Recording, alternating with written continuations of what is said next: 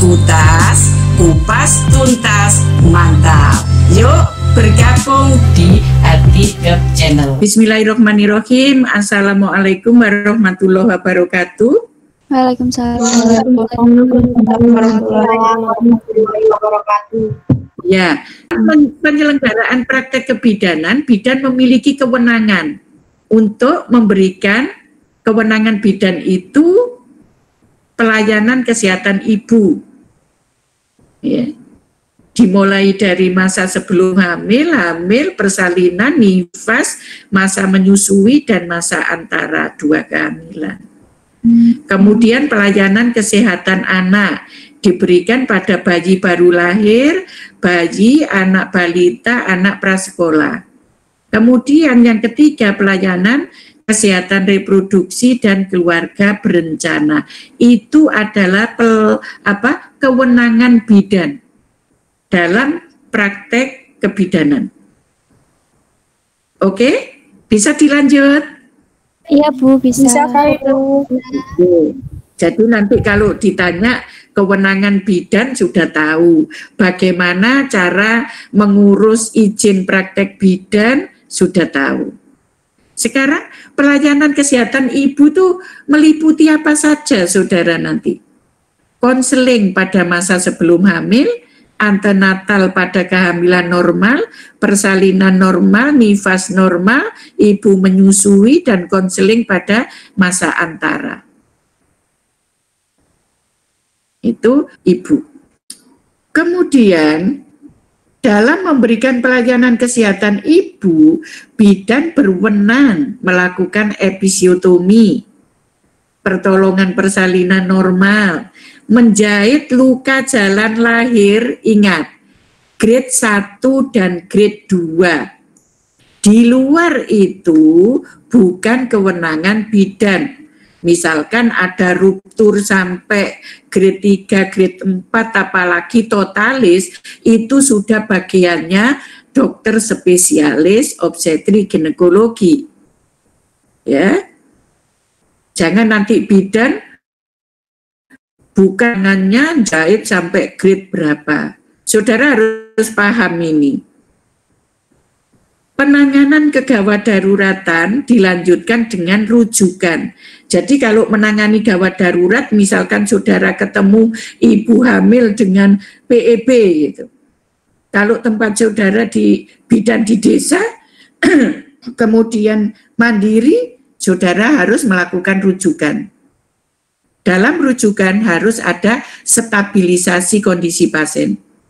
Kemudian saudara boleh memberikan tablet tambah darah pada ibu hamil, ibu nifas.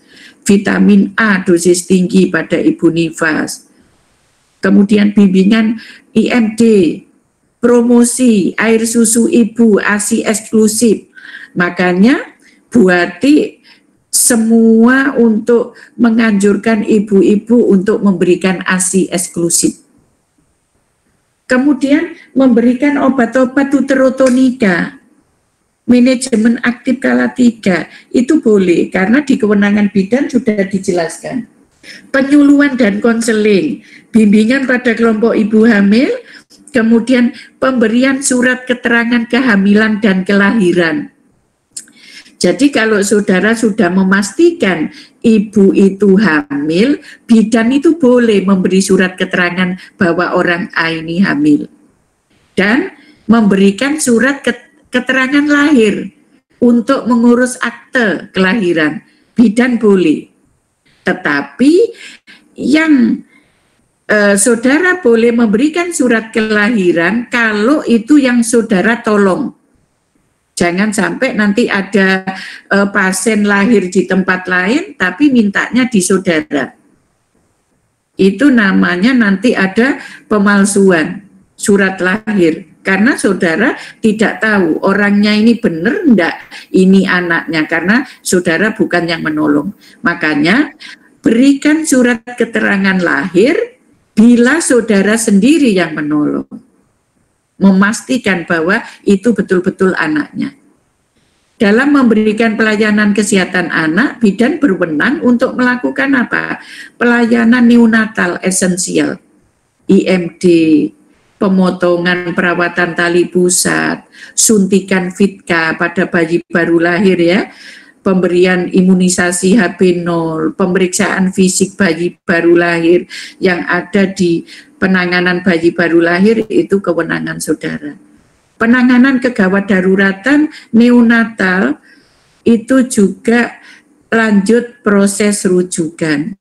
Contohnya penanganan awal aspeksia bayi baru lahir, hipotermi, BBLR, infeksi tali pusat, membersihkan, memberikan salep mata pada bayi baru lahir. Itu kewenangan saudara.